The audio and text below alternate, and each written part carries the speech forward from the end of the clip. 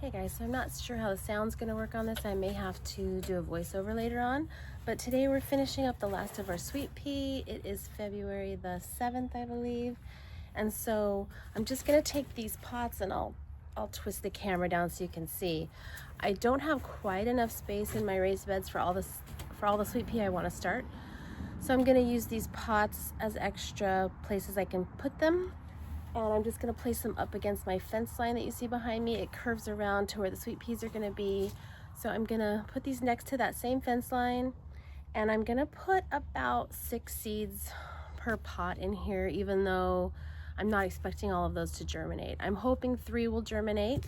If more germinate, I'll leave them in here. So it should be okay. I'm just going to add some things to this, like some garden soil, some Osmocote, bone meal and feather meal. Now normally I don't use Osmocote on my sweet pea, but I don't currently have on me my general fertilizer, my time release fertilizer that I normally use, so we're going to use that instead. So I'm going to go ahead and twist the camera down and show you what I'm doing.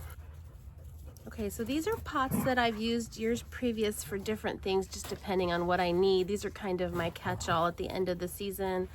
If I don't have space anywhere else, I'll put things in here, and it's worked pretty good for me in the past. So it has leftover soil in here, and it has some leaf matter and some other organic material that I'm just gonna leave in there. Now it's shallow because whatever was growing in here, I took out last season. So I'm gonna go ahead and put more soil in here.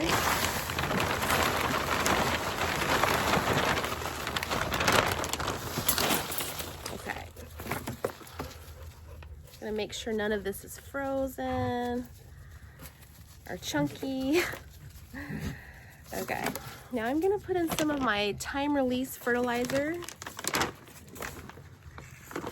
Not very much. I want those seedlings to reach down into the soil for their nutrition. So I'm just putting a sprinkle in there, and then I'm gonna add a little bit of bone meal.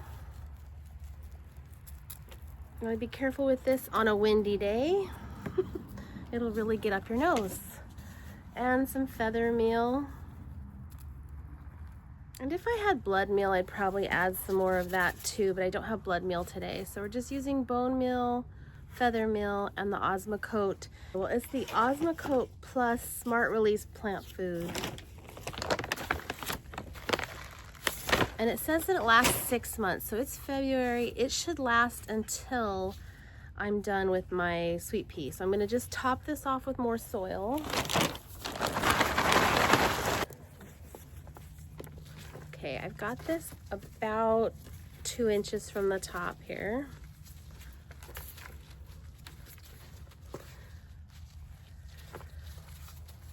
Okay, so temperature wise, I think the lowest it's gonna get from now in the next 10 days is about 31 degrees, which is below freezing, obviously. But because these are sweet pea, they can handle a little bit of frost, so I'm not concerned. Now, I think if it gets below 25 degrees, I will cover these with some greenhouse plastic that I have left over or some frost cloth, but only if it gets below 25, which I'm not expecting to happen more than once or twice from now until April. So now I've got my label. We're gonna do Bix first. So I'm putting that in here.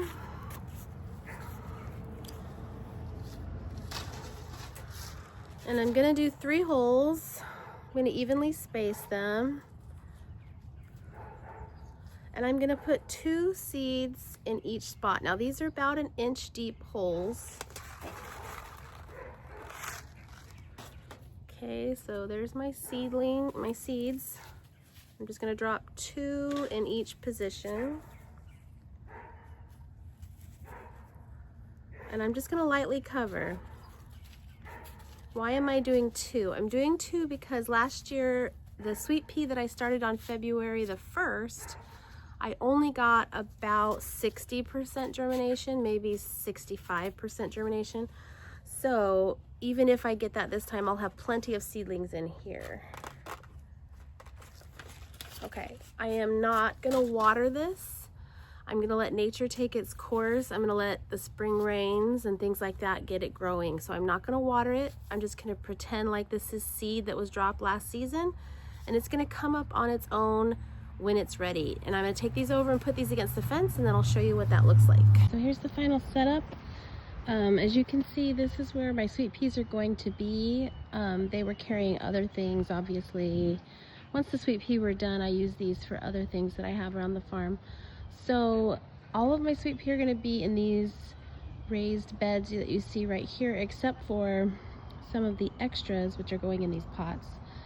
So today I've done my outdoor seed sowing. So I've got Bix and High Scent, and you can see I put the tag in the front because I'm gonna have them growing in the back up against the fence that's here. So I want to be able to read my labels once these start going. Again, we're not watering these. We're just gonna allow natural processes to get these started. And I did do 6 seeds per pot, hoping for 3. And we'll see how this goes. Last year it did pretty good for me. This is kind of my second run trying this method. And then if it works out next year, I'm not gonna start any sweet pea inside. I'm gonna start them all outside.